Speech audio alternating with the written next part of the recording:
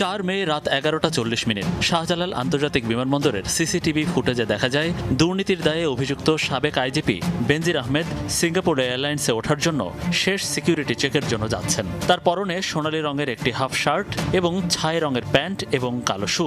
পালানোর সময় বেনজির আহমেদের সাথে তার পরিবারের কেউ ছিল না। প্রমাণ মেলে তাকে সেখানে ইউনিফর্ম পরা 2 পুলিশ কর্মকর্তা সহযোগিতা করছেন।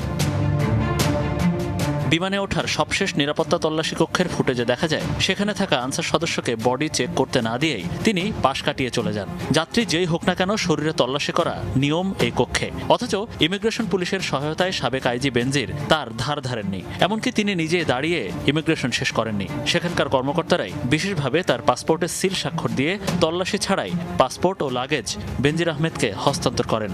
এ সময় ইউনিফর্ম পরা পুলিশদের হাত নাড়িয়ে বিদায় জানান বেনজির আহমেদ।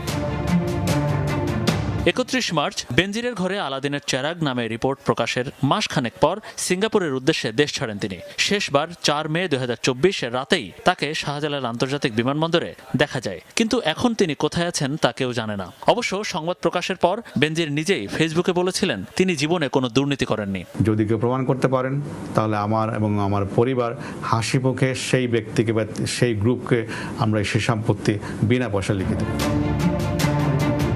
এরপর একে একে তার সম্পত্তি ক্রোক হয়, বিদেশ যেতেও নিষেধাজ্ঞা দেওয়া হয়, কিন্তু সবাইকে বৃদ্ধাঙ্গুলি দেখিয়ে পুলিশের প্রত্যক্ষ সহায়তায় দেশ ছাড়ার প্রমাণ মিলল সিসিটিভি ফুটেজে।